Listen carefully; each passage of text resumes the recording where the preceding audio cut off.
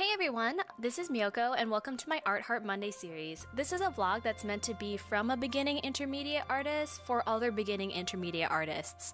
If you are a well-established, super talented artist and you still want to listen to this, cool, I'll take it, that's awesome.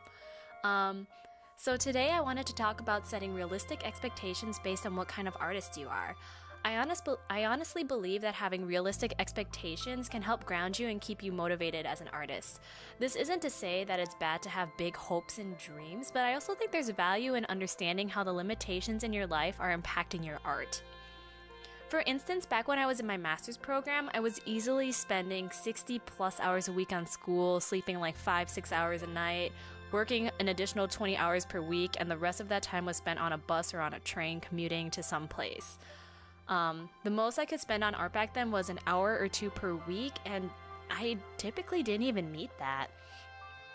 During that time, I really struggled with how slowly my art was coming along, especially as I was comparing my art to other artists, especially the super young and talented ones. And I was just thinking that they are just so much more inherently better at art than I was. This is a huge mistake to make. First off, I wasn't considering the amount of time that these artists have been spending on their art, right? I look at myself and like what I doodled when I was like a kid, dropped it, and then just recently picked it up again as, you know, like a 24-year-old trying to adult. And also, I wasn't considering the amount of time that I was putting into my art. So I could only put in 1 or 2 hours a week. So it would be unrealistic for me to be like, why can't I recreate Picasso, or why can't I recreate, some beautiful work of art? So back when I still had a Nintendo licensed character in my name, I was posting art only once or twice a month because that's how frequently I had time to draw. And at some point I became really unhappy with this, and I chose to dedicate myself to drawing once a week with my Art Fart Monday series. It was a personal goal to just post something art related once a week, and it was really hard to keep up.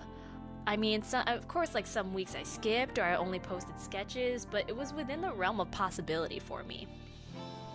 After I graduated and found a job, I found it was much easier to meet this goal and even surpass it. So sometime at the end of October of this year, I decided that I would go ahead and just try to post daily. I was really inspired at the time to do art, having purchased new Zig watercolor markers and moving away from Crayola. Bless. I have a love-hate relationship with Crayola, which I'm sure I'll go into at some point. So my personal goal right now is just to try and post a finished piece every day, but I don't try to be hard on myself when I can't. In my life, I've come to understand that there will be unexpected surprises that limit the amount of time I can spend during the week on art.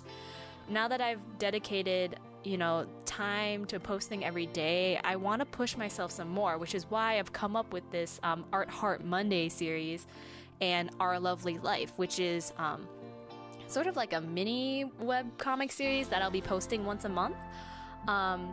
So I move forward with these goals expecting to exceed, but I'll also understand if I fail, because like I said, I've come to the understanding that because I haven't made art, my lifestyle, and I haven't dedicated myself to it in the way that other artists have, I may not be able to meet these goals.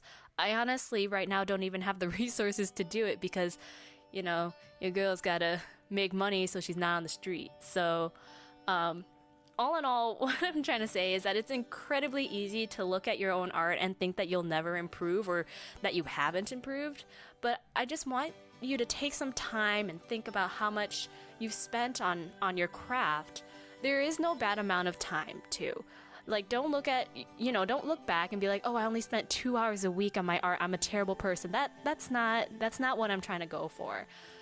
Like, I think you just have to understand that, like, if you got bills to pay and kids to feed and families to appease and you got all these life goals that you're juggling, and of course, if you prioritize them over your art, you just won't have as much time for art, and there's no shame in that. There's, like, absolutely no shame. In fact, I'm more proud that, you're able to manage all these things and do art. Like, it's amazing when people find time to do their hobbies and they don't just get sucked up into their, into their work, or, not getting sucked up into your families. Your family is bad, but, like dedicating your life to your work. You're also able to sort of have some fun. So if in your heart you know that you've put everything you can into your art, then I would hope that you would feel at ease with that.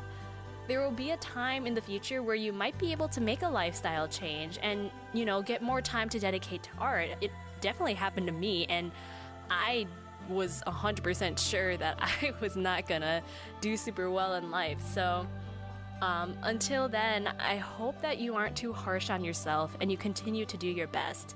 Make goals for yourself and celebrate them when you complete them, because that's really what's the most important. It's your own journey. Let me know what you think by commenting down below. What kind of artist are you? And are there things, that when you hear this, like, what are your opinions and your thoughts on this? I'd be more than happy to read all these comments and get some feedback.